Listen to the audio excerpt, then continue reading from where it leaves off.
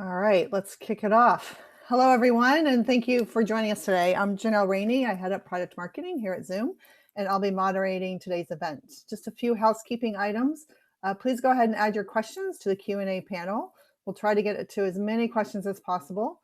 We are recording this webinar, and we will send it out later. And we're also using our interpreters today. So if you would like to listen in another language, you can click that on the bottom of your screen. We are once again excited to provide you with another weekly update on all Zoom has been able to accomplish as part of our 90-day plan and continued commitment and focus on security and privacy. Today, we're going to have Eric, our founder and CEO, provide a progress update. Then Oded, our Chief Product Officer, will talk through some of the recent updates on our platform and upcoming milestones and product changes. And then we'll open it up for Q&A. With that, I'll turn it over to Eric. Welcome, Eric. Yeah, thank you, Janelle. And again, thank you all for your time today.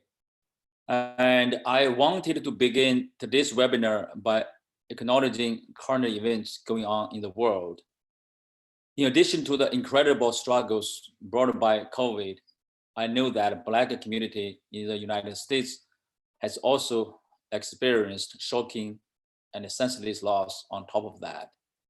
I want to again say that to our communities and customers in the Black community, that we stand with you, not only today, but also in the future.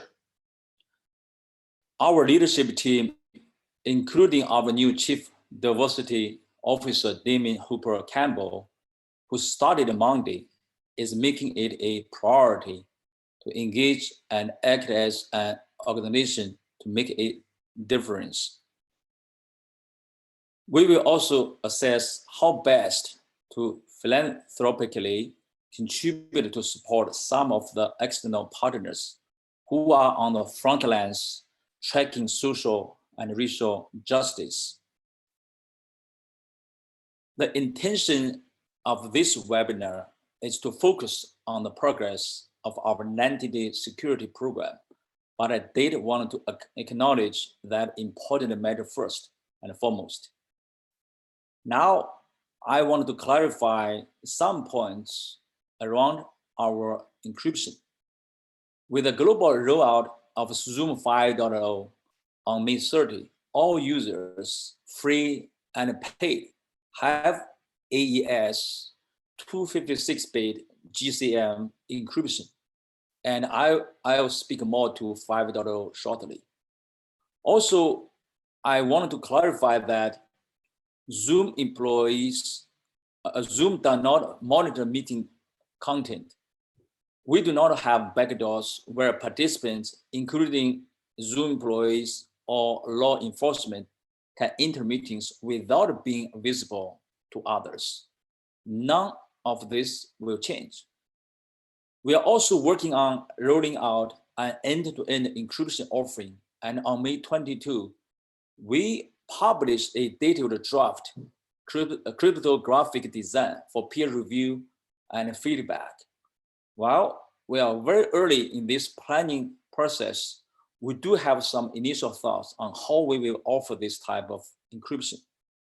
Zoom's end-to-end encryption plan balances the privacy of its users with the safety of vulnerable groups. So we plan to provide end-to-end encryption to users for whom we can verify identity, thereby limiting harm to these vulnerable groups. Free users sign up with an email which does not provide enough information to verify identity. Our current thinking is to offer end-to-end encryption to business and enterprise tiers. We are still determining the best path forward for providing end-to-end encryption to our pro users. We have engaged and are continuing to engage with child safety advocates, civil liberties organizations, encryption experts, and law enforcement to listen to and study their feedback on our plan. Finding the perfect balance is challenging, but we always strive to do the right things. Next slide. Yeah. During May, we also made a number of other changes to settings and defaults including for our basic users, passwords are not required for all meetings, including new meetings, previously scheduled meetings, and those using personal meeting IDs. And for meetings and for basic and single pro users, waiting rooms are turned on by default, and the screen sharing is set to host only. But during the meeting time, host can always enable that for all participants. We have also provided the ability for account owners and administrators to disable personal meeting IDs, also known as PMIs, for scheduling or starting instant meetings. We have also made numerous security and user interface refinements. These include, we now require participant consent to unmute. If a meeting host mutes and then unmutes a participant, the participant will now receive a prompt asking them to consent to be unmuted. Also, the option for hosts to unmute all participants at once has been removed, since participants now always have to consent when the host unmutes them. Finally, the icon next to the interpreted language, we now list the language abbreviation instead of just a flag. We also made some security updates to Zoom Rooms, which is our conference room solution, including the addition of the security icon that groups several key security controls to easily access by the host.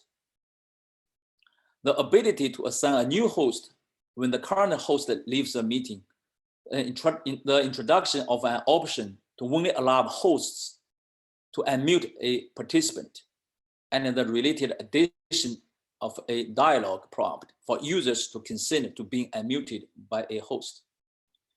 In terms of process and people, we had a number of exciting developments this month. Through our acquisition of Keybase, we have added the talented Keybase engineers who have deep security and encryption expertise to the Zoom security engineering team, which is now led by Keybase co-founder and former CEO Max Krohn.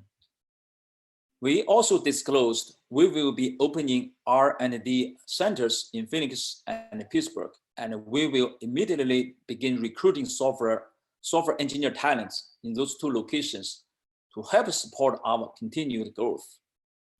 Last Thursday, we announced that Damien Hooper Campbell, whom I mentioned earlier, would join Zoom on June 1st to lead the expansion of our global diversity and inclusion strategy.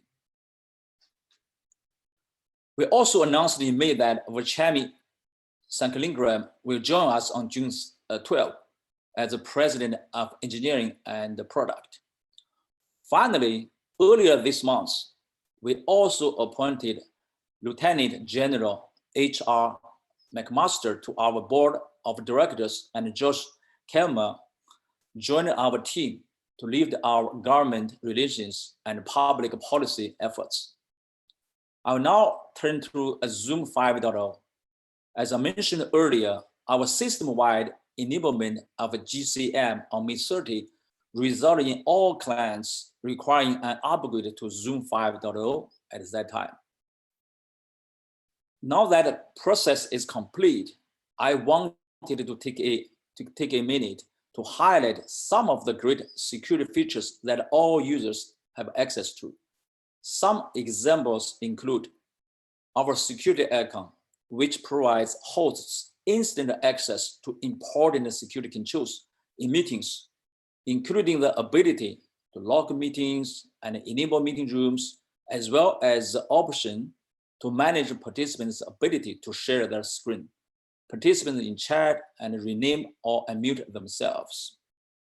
Our new report a user feature, which is simple to use. Hosts can report incidents of meeting disruption to Zoom's trust and safety team, who will review any potential misuse of the platform and take appropriate action. New audio now plays a sound when a participant has entered the waiting room or when a participant joins or leaves the meeting. We also introduced a number of other features such as password complexity for meetings and cloud recordings, minimum password length, and support to easily identify data center information via the info icon on the top left of our Zoom client windows. This is just a sampling, so I invite you to visit our dedicated Zoom 5.0 webpage to learn more about the full suite of security enhancements available and familiarize yourself with them. So given that Zoom 5.0 became generally available in late April, we have been alerting users to upgrade for the last several weeks leading up to the May 30 switchover. I wanted to share with you some data that highlights why I am so impressed by our user community. On this slide, you will see that on May 9th, 37% of meetings were joined by users of version 5.0 or later. That number jumped to 78% on May 16th, and we were already at 84% by May 23rd. So by the time of our system-wide enablement of GCM encryption on May 30th, the process was a fairly easy one. Thank you all. Thank you for all the users.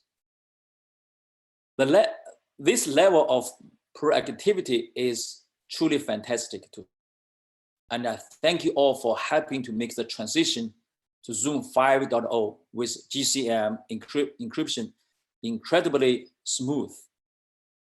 So as a token of our appreciation, the first 500 webinar attendees who fill out the form after leaving will receive a free Zoom 5.0 t-shirt.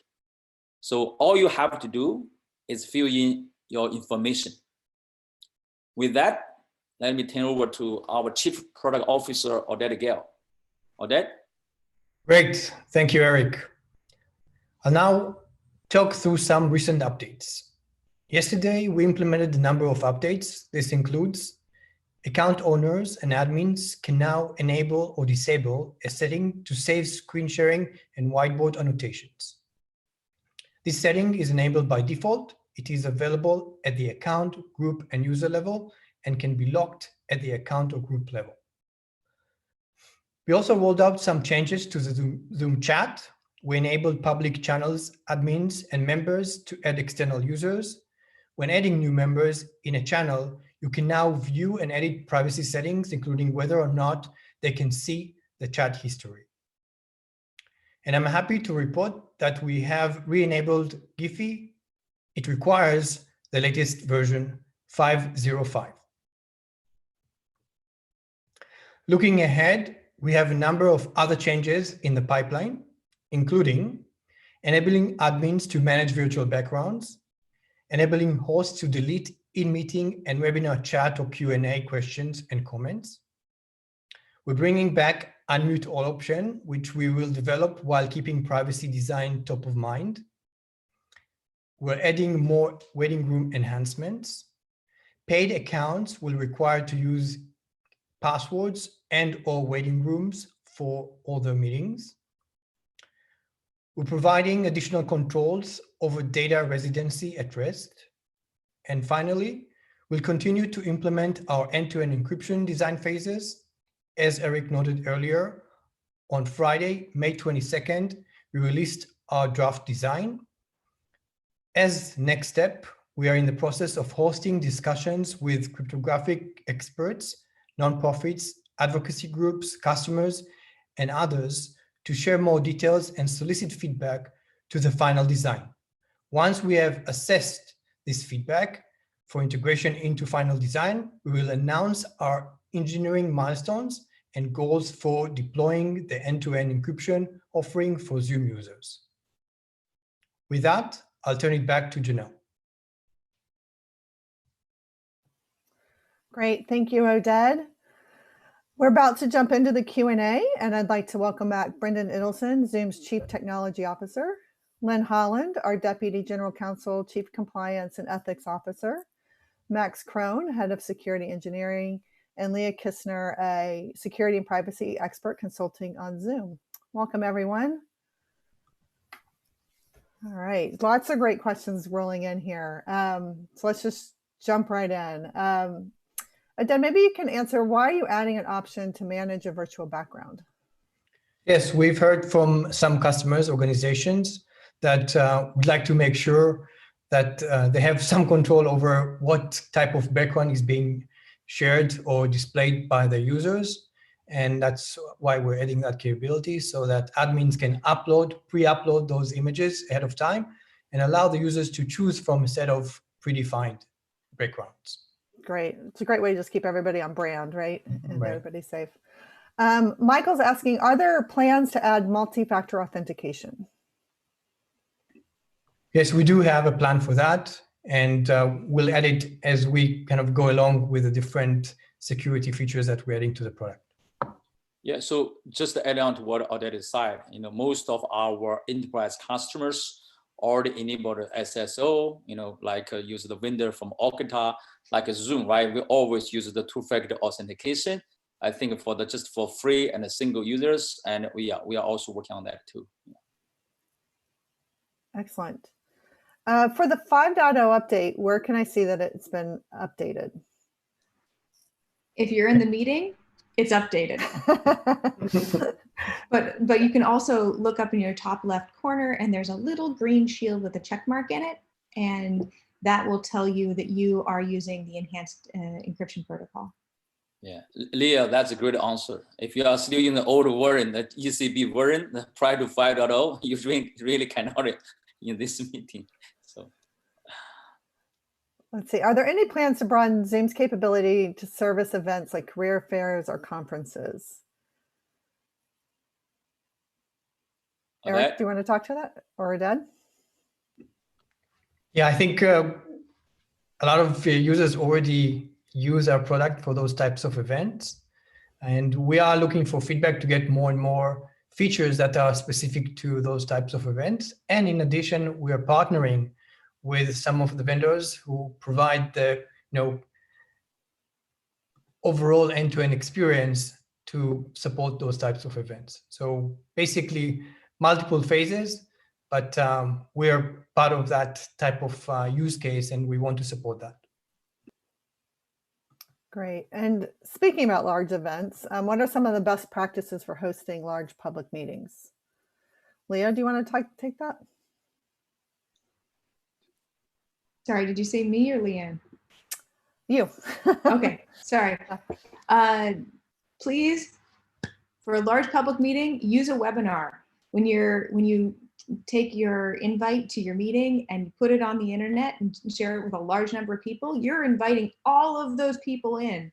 And when you invite the entire internet in, you're going to get the entire internet. And it turns out that there are some people, just like in every group of people, who may not be well behaved. Webinar lets you put the people who you want talking in the panelist seats like we are here, and everybody else, you could turn on the Q&A. You can have limited kinds of interaction with them. Excellent. Let's see, how do users do breakouts, and can you walk us through that? Oded, do you want to talk a little bit about breakout rooms and how those are used? Yes. First of all, breakout needs to be enabled for the type of meeting. So it can be enabled on the account level, group level, and on the host level. And then once it's enabled, you will see a button that allows the host to create that breakout. And there are multiple options. It can be kind of created by us automatically, or the host can create it by selecting who goes to which breakout session. And once it's done, there are, of course, messaging between the host and the breakout sessions, and there are indications when the breakout session ends. So a lot in play. What I would recommend is to practice. So practice. Create a practice session and have people join you and try to see the different features, different capability of our breakout session. And of course, go to our knowledge base articles and read about it and try it out. Yeah, it really is quite simple, but it's a great idea just to experience it first before you're in your real meeting. I completely agree with practice is a good idea. Eric, we have one saying, congratulations on moving to GCM. What are some of the things that your organization did to make sure your customers were ready? You mean in terms of GCM or the? I think moving everybody to 5.0, like you had. Yeah, I think showing. Again, yeah, as I mentioned earlier, we should appreciate for our user community support, right? Last month, you see the in terms of percentage of 5.0, right? The 2 days before we reached the deadline, and most of the business enterprise customers, they already upgrade. So we spend a lot of time thinking about, are there any backup plan in case a lot of people, they do not upgrade? Guess what? The overall experience is very smooth. That's why I truly appreciate the support, and it's pretty smooth. Yeah, thank you. Great. Oded, is the webinar also on 256 GCM? Yes, the same encryption is available for both webinars and meetings. Right. It's really just the way that it's architected, right? It's essentially the same system, the same platform that runs it all. Correct. By the way, we only use this, one encryption for all the meetings, all the webinars, the GCM, AES, 256, right? So, every meeting, every webinars. So no exceptions, unless we are going to support end-to-end in the future, you can select that advanced option. So. Great. Max, maybe you can answer this one. What's the difference between end-to-end encryption and GCM encryption? And bottom line, are my meetings safe? So let's start with the bottom line. Yes, they're safe. I think that follows on to what Eric said earlier. And just to review, Eric said there's no backdoor or any ability for anyone within Zoom right now to monitor meetings. So in that sense, it's safe, and it continues to be so. So everything in crypto and security is a little bit subtle. So the explanation does tend to get a little bit in the weeds. But really what's happening is currently there is a secret key that's being used to encrypt a meeting, and everyone in the meeting knows that key, and that key is being used to encrypt and decrypt on the ends. The question is, how is that key being established and how is it being distributed to all the people in the meeting?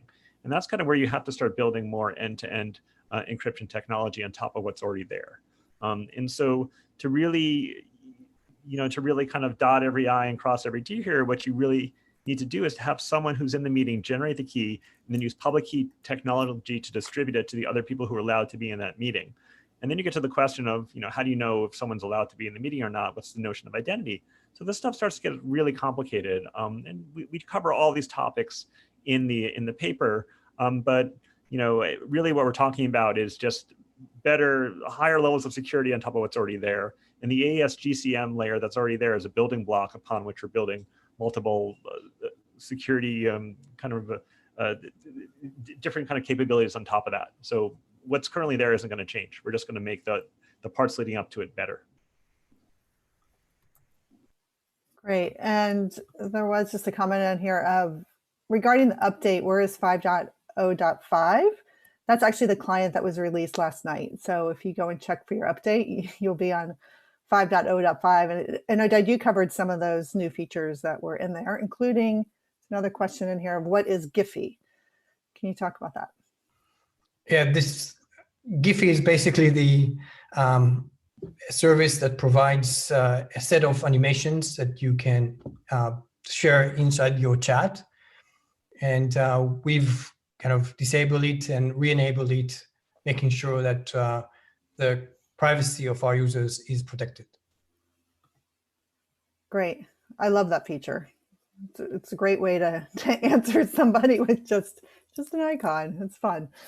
Let's see. Zoom has always been known for ease of use. Eric, how do you balance this with keeping security top of mind? And is it possible to really achieve both? Yeah, that's a great question. So, and it boils down to our, philosophy and also the business practice.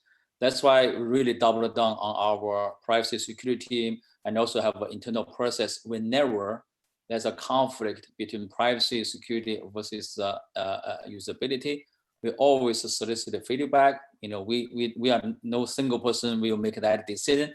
We get together a group, sometimes engage our customers, user community. We want to do the right thing, right? So that's our new business principle, and we are going to follow. Yeah. Excellent. If we turn on the password requirements, will users still be able to use their existing passwords that don't comply? Brendan, would you like to talk to that? Happy to jump in on that question. So when a password policy is set, those password policies start to apply as meetings are scheduled going forward, or if a meeting is updated at that point. So if someone brings up an existing invite, they will need to make sure that it complies with the standard that is set by the administrator. Okay, another question on passwords. Can you use something like bit.ly or TinyURL? Great question about using a URL shortener to make the meeting join link or maybe your webinar registration link a little bit shorter and to distribute. And definitely, folks can use those services to distribute those links. The meeting join link, the webinar registration link, those are designed to be distributed to folks that you intend to participate in your session. So you have a range of ways that you can do that, and using a URL shortener definitely works in it. I think the biggest thing is just making sure that wherever you post that URL, it's to the community that you're expecting to join your session and being aware of that. Yeah, so by the way, our advice is for your private meetings, do not do it. The reason why quite often you may forget that, or you do not realize that's the Zoom private meetings. That's why it's not a good, only for the public meetings you do that. Yeah. Also a great reminder to keep those waiting rooms on as well, right? Also good tip. Eric, how does Zoom scale to meetings with millions of users while keeping the backbone secure, reliable, with end users, quality of service, and accountability? Yeah, so again, that was a pretty challenging task, over the past several months, because, first of all, our team, we were working so hard, right? Every night we added lots of servers because we partnered with, AWS and also Oracle Cloud, because our architecture does support, the provision servers in the public cloud. So that's why, we can add so many servers. At the same time, we also have a monitoring service, right? To make sure, so firewall and configuration, a lot of things, and to monitor, make sure we also, all the newly provisioned servers is in a secure environment. And again, so to support those, users, and it's very important for us. That's why, we have, this is an entity plan, right? On the one hand, focus on the service ability. On the other hand, double check our backend, configuration, make sure everything is right. Yeah. Great. And Len, maybe you can help out with this question. This is security in Massachusetts. The open meeting law requires all meetings of government boards of the committees to be accessible by the public. Thus, we must publish meeting passwords, and it's not practical for a city of 70,000 residents to know who's entering the waiting room. What do you suggest for providing meeting security under these legal requirements? Well, I would say that there are a number of ways that you might consider trying to structure a public meeting like that. We have talked about a couple of times today and in the past not posting those meeting passwords and IDs. One option which you may consider is posting, of course, the information about the meeting, then with an official, a town official or a city official's email, and asking people to email in and ask for the meeting ID and password. You also may ask that people register. And I know that 70,000 is a lot, but with a meeting of where you're expecting a great number of people, at least asking them to take some of those steps, such as registering, such as having a waiting room where you can, perhaps at least do a check that you're not going to be able to, check check the voting logs, for example, of the entire city. I understand that to verify. But having some of those steps, taking the time to have a waiting room, and some of those registration and some of those steps will potentially help you. Another thing that you might want to do is consider the webinar. We've talked about that a couple of times today, but you may wish to consider a webinar and then elevate a larger number of people to be panelists and have those speaking rights and those rights of engagement. Let me, if I may, please turn it to my colleague Brendan, who can add a little bit more detail about the webinar and how that can be used. Oh, thank you so much. Yeah, the webinar is a great option because especially with the webinar registration feature, you can provide the webinar registration page to individuals publicly that allows them to register, and then you can put in rules in terms of if folks should be manually approved to be able to attend or automatically approved. And even if they are automatically approved, as a webinar participant, they're able to view what's going on in the session, but you're in complete control of if they get promoted to a panelist, which would allow them to do video, and you can choose if there are things like Q&A or chat enabled in that session so that you can still have a public session, but also be very conscious about who's presenting and what actions they have accessible to them within the session. Excellent. And I would, if I may, Janelle, I would just add in a caution about screen sharing, right? Because we've seen from meeting disruptions that a number of times where the screen sharing option has been misused. So if you are having a large meeting like that, consider only allowing the host, co-host to screen share. Great tip. Thank you both. Let's see. Irvine's asking, we're hosting a public meeting next week. What can participants expect if they don't have a Zoom account, especially given the new 5.0 requirement? Oded? There's no limitation. They can join without an account. So that's fine, the same as it was before. Great. And if they're not on 5.0 yet, will they get a clear prompt or link with their options? And is there a lot of time needed to download in order to join? Well, my recommendation is to, ahead of time, upgrade the client. But if you do try to join with an older client, you'll be prompted before joining a meeting to upgrade. And it takes a few seconds to join because it takes time to download and do the upgrade itself, but then you join smoothly. Great. Eric, could you talk about some of the key remaining milestones in the 30 days remaining from the 90-day plan? I think the number one thing is, Max and his team published a white paper a week ago, and please join, that community. Send us feedback. So we are going to start, implementing the code, very soon after finding out that. I think that's the number one part, to add advanced option to end-to-end encryption. That's one, and also some others, more like features like, hey, you cannot, disable the password and a lot of small enhancement like that, but it's just, it may not be end of this month, could be in July. So meaning, again, this is a 90 day plan does not mean after the 90 days, we are not going to improve enhance, right? This is an ongoing effort. We'd like to keep this open dialogue with our users, community. Security, privacy is always our number one priority. So we want to build the most secure and frictionless collaboration experience. If you have any, suggestions, let us know. Great. I'd love to give everybody else an opportunity to answer that one as well.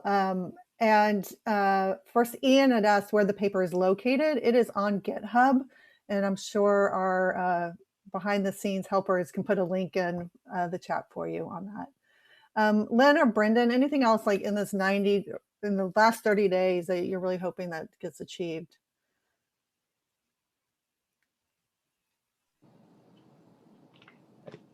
I mean, I think. Go ahead. I think it's really the continued focus across the platform to continue to raise the bar on security, privacy, and safety for our community. And so we're ever vigilant in that, and we're excited at what we can accomplish within the next 30, but then also ensuring that is continued forward as part of our core. And I'll just mention as well, folks, that we are continuing to work on a number of issues related to the meeting disruptions. So you've heard us talk about today, and again, we did a more extensive session on it on May 20th, if you'd like to go back. But we talk about a number of activities that we're doing that will continue, again, to Eric's point and to Brendan's point, that will continue past the end of June. But we're looking at additional feature updates. As you've heard before, we've already made the passwords and waiting rooms the default for basic and free and K through 12 and primary and secondary accounts. We've made the default host only, so teacher only, really, screen sharing, right, for the K through 12 and primary and secondary. We've built that report a user feature within the security icon, as well as locking out a participant, removing a participant who's misusing, and so forth. We also, as we've mentioned in the past, continue to work with social media platforms where the bad actors or malicious actors have posted sites and created sites where people can go and get a Zoom meeting ID or password in order to potentially disrupt a meeting. So and we'll continue, of course, with customer outreach, customer education, and trying to post as many useful resources as we can. I just remind everybody, please go early and often and check out the privacy and security web pages and the sites for Zoom, and we will continue to push information there and to continue that engagement with our users. Thank you. So if I can add something, there's a lot that's going on that isn't visible externally because privacy and security are built on a foundation of all of the things that we do every day. So there's a huge amount of stuff which is invisible, which is the way you want good security to be, right? You want it to be this foundation that you can rely on. So there's all these things that we're talking about, but there's a whole substrate of making sure that every single layer of the system behaves well, behaves robustly, behaves securely. Excellent. And that leads into the next question. What should we expect once the 90-day concludes? And will Zoom continue to focus on privacy and security? Eric, I'm sure you can give an emphatic yes on that. Yes, absolutely. Yeah. Because as I mentioned earlier, right, this is our company new mantra, right? To build the most secure and frictionless collaboration experience. That's why we, as Leah alluded to, we already spent a lot of time, allocated lots of resources, double down our internal, security, privacy practice, and make sure every layer, right, from software side, from a configuration, from a process, everything, right? We've got to raise the bar, right, to make sure to do all we can, to build something so great we all feel proud. Yeah. Great. Eric, another question for you. How do you find people to work with you on the same dream? You can't build a big company alone. So how do you find these people? That's a great question. So first of all, boils down to our hiring philosophy, right? And more like we'd like to hire those people with a self-motivation and a self-learning mentality, right? And even if you are a software engineer and you do not have a security background, as long as you want to learn something, you'll be okay, right? Self-motivation also very important. Over the past several months, in terms of challenges, right? We were facing all kinds of challenges. The good news, look at all the Zoom employees, we all working so hard, and nobody complained because we are all motivated to leverage this opportunity to transform our business, to grow our business, to become better and stronger, right? That's why it's, if you have a group of a team like that, you have a solid foundation, and a lot of other people, they will join. So yeah, maintain the company culture. That's very important. Excellent. You have built a really unique and great culture here. It's been a pleasure to work here. I will say that. Let's see, Brendan, a few on data centers. If my meeting is being recorded, where is the recording and is the data secured? Great question. And in terms of recording, there are a number of options that you have when you choose to do recording. But first and foremost, if you do not click the record button, your session is not recorded. So we'll start there. As soon as you do click the record button, you have an option of where it's recorded. So one option is a local recording that will be on your computer and protected with whatever methods that you have protecting any file that's on your local operating system. I know, for example, on my Zoom machine, I've encrypted my hard disk to make sure that it's encrypted at rest on the computer for anything I record locally. Now, on top of that, we also have the option to record to the Zoom cloud. And when you record to the Zoom cloud, that is recorded in our data centers, and then it is stored in an encrypted form at rest for long-term storage. And you have controls on who has access to those recordings. And at any point, you can choose what settings those should be and when you would like to have that recording removed from our platform. Excellent. And where does Zoom have data centers globally, and how would users control where their data goes? Another great question. So Zoom has data centers around the globe to make sure that we have a point of presence extremely close to meeting participants. But folks are in complete control of which data centers that they do utilize. So in our either account level, group level, or user level settings, there is an option to customize your data center routing, which will let you select where data moves in transit. If you turn that option on, you'll have the option to opt in or opt out of our different data center regions. So if there are places in the world that you do not want a meeting participant to connect to on their way into your meeting, by unchecking one of those regions, that will ensure that that is not used for any data in transit. The other question folks sometimes have on that one is, what if someone is connecting from that region? What happens when I opt out of that data center? Those individuals still are able to connect, just they will not connect to their local data center. They'll travel across the internet to another data center that Zoom has, so that they can still participate in your meeting, but you still have that control of where the data routes across Zoom's network. Okay, so if someone joins from another country, do I know where my meeting data is being routed? 100%. So by opting in and out, you can choose where that data is routed, number one. Number two, for folks in their client, now that everyone is on 5.0, in the upper left-hand corner, you'll see a little eye icon. If you click on that, it will actually tell what your connection is into the session. And for folks that are on one of our business plans, there's our dashboard feature where you can look at the meetings either in real time or historically, and it will show you participant by participant how they connected into Zoom's global network of data centers. Great. And Max, there's a question here. This is somebody who's really been paying attention to our webinars.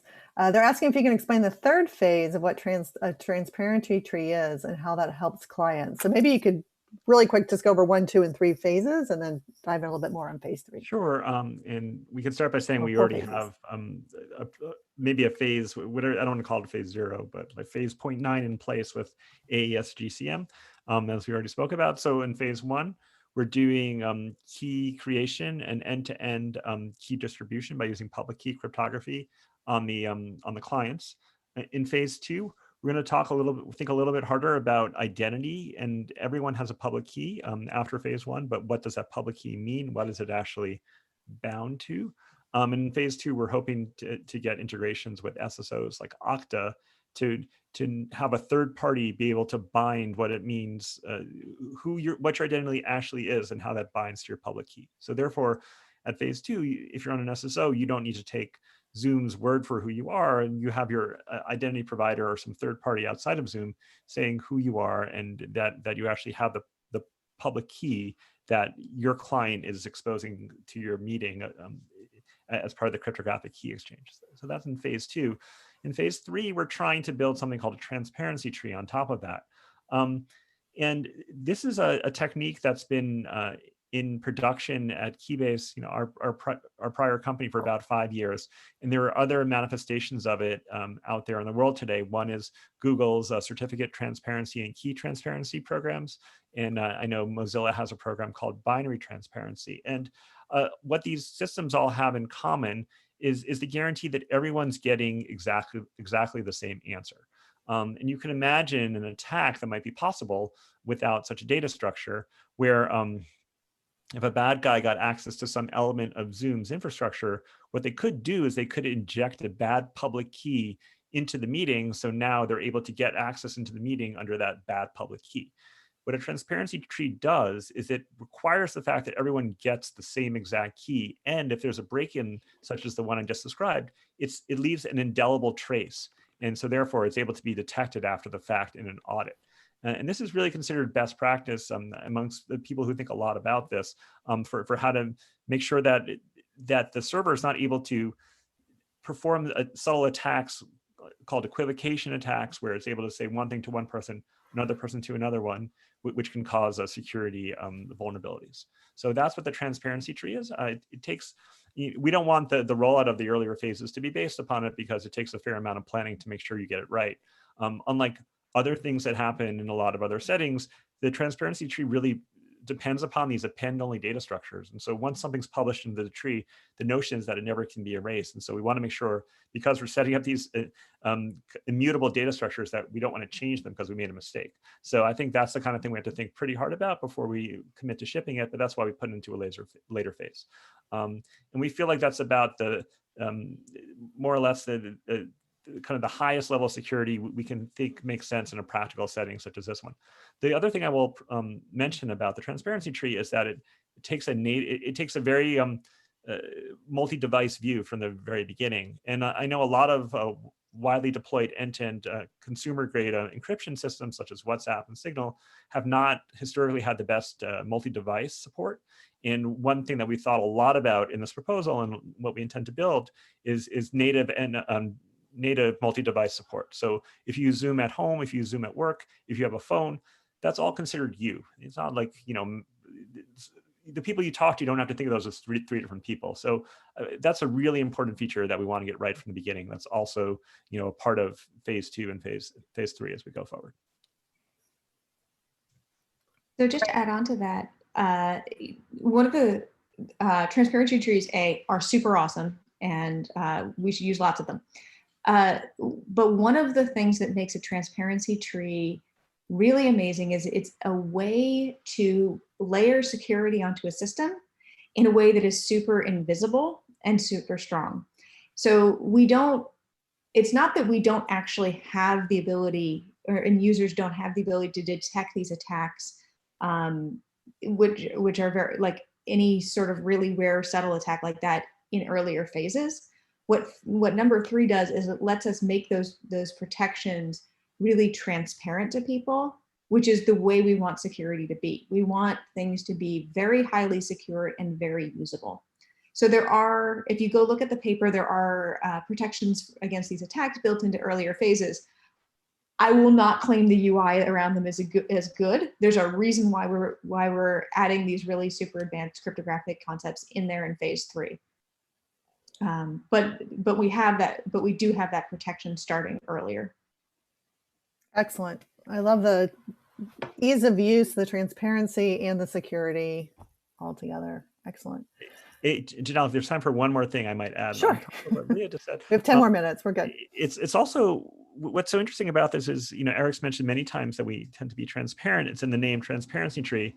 One thing transparency trees allow for is this kind of continuous audit process. There's a continuous ability for people to make sure that Zoom's doing the right thing. And you could run that machine inside your office. You could run it on the cloud, wherever. You could run your own code in the machine, but there's proof in the transparency that we publish that the clients use in entering meetings that they're following the protocol as we published it. And so that way, if there ever is some sort of intrusion, it's available for the right people to see. So that's also a very unusual security property that we feel is extremely valuable if the end goal is transparency and trying to be as public as we possibly can be while still maintaining privacy about how meetings are set up. And that's part of the goal of the overall plan. Excellent.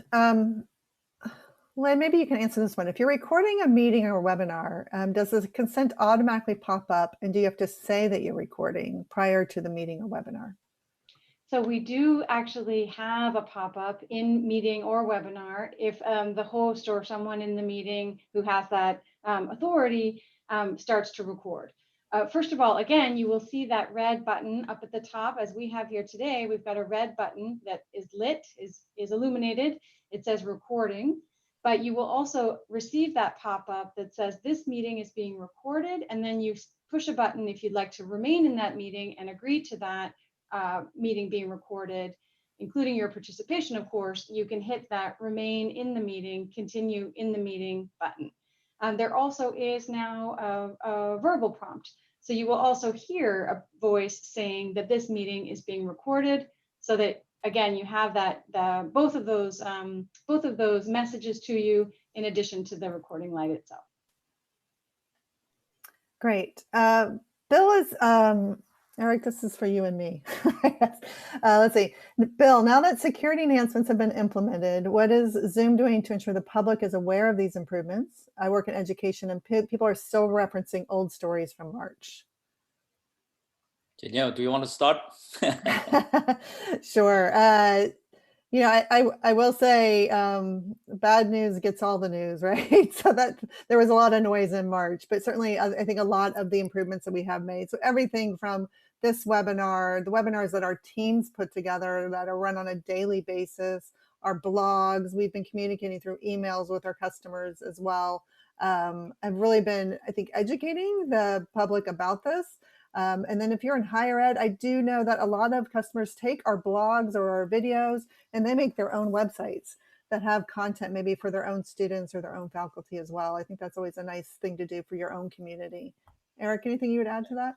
Yeah, thank you, Janelle. That's a great answer. So the way I look at this, first of all, we have very solid security and privacy foundation because the service was built for serving the business and enterprise customers. I think for now, we got to look at it from both end user perspective and also look at from our internal and the process perspective, from our internal efforts perspective. Meaning, there's a lot of news media, right? However, as an end user, right? I think we are helping you, to kind of like this webinar, build all kinds of security features. We have a blog, as some of you already talk about that, right? Practice and enable these features. We also want to enable for you as well, together, right? From end user side. From our side, we are doing a lot of things behind the scene, improve our process. From a feature perspective, I'm going to add end-to-end user, end-to-end encryption as well. I think together, from end user community, from our side, we work together. We have high confidence. Zoom is very secure, very safe. But in between, you see some news media. I would say, just understand the Zoom security features, understand our intention. We keep everything open and transparent. Take a Zoom 5.0, for example. We got a great support from a user community. They truly support us. Look at the process, very smooth. They know Zoom has a good intention, try to build something great for the world, for our every users. Great. Eric, a question from Michael. The work over the last 60 days has been fantastic. How are you building security, privacy, and safety into the culture of Zoom and to not fall behind? That's a great question. The only way for us, to always keep this effort ongoing, make sure everyone is aware of the privacy security is boils down to our company culture. And that's why we even changed our company mission, right? It used to be, this is also my mistake, right? When we started a company, the goal is the mission is to build a frictionless collaboration experience. Now it's changed, completely changed, to build the most secure and frictionless collaboration experience. From my level, from every engineers, for every sales rep, for all of us, we got to work on that. That's why we double down, triple down on our internal process. We are going to hire a lot of security researchers, engineers, Again, this is a part of a culture. We also need to keep everything open, transparent, engage with our user community. And Janelle, if I may just add something to that, Eric, also with your permission, I would just like to emphasize that from a privacy perspective, protecting users' privacy has always been a part of Zoom's mission and Eric's vision. And not to put words in, in Eric's mouth, but I just want to remind folks that and please, I encourage you, if you'd like to go and read the privacy policy, but Zoom does not sell user data, and we have no intention of selling user data. We would like to sell the Zoom platform and provide the service to you if you choose, right? Or we also give it away, of course, with many free users such as schools during this time. But that is our business model. That has always been our business model, that the Zoom platform is our product. You are not our product. So, I just want to emphasize that although we have done, and Leah and Eric and others are emphasizing today, all of this great work during the 90 days, that's not new. That has always been the case. And just want to, as a reminder, that the importance of privacy has always been there, as well as security. Thank you, Lynn. Very well said right now. All right, Eric, I think we have time for one more question. This is also from somebody named Eric. He said, I'm curious, over the past few months, people have been using Zoom daily. What have you heard on how Zoom is being used that surprised you, that you didn't anticipate that sector to use it? Yeah, one thing I feel very proud and also feel pretty excited and happy is, marriage, Zoom marriage, is legal in New York. I feel very happy. A lot of friends sending me very sweet, pictures and great, stories. I just feel very excited, because our goal is to build something to help people stay connected, to make the world a much better place. There's nothing better than that, right? You can get married during the pandemic crisis, over Zoom platform. That's so beautiful. Yeah, that's why we are doing as hard as we can, to keep improving. Right, a lot of probably brand new use cases, will be on Zoom platform down the road as well. Excellent. Eric, thank you. Thank you to everybody on our panel, and thank you to everyone who attended. Eric, any last words? Just a quick reminder. Please do not forget about the Zoom t-shirt, right? Fill in the form. I really appreciate it for all your great support. See you next week. Thank you all. Thank you.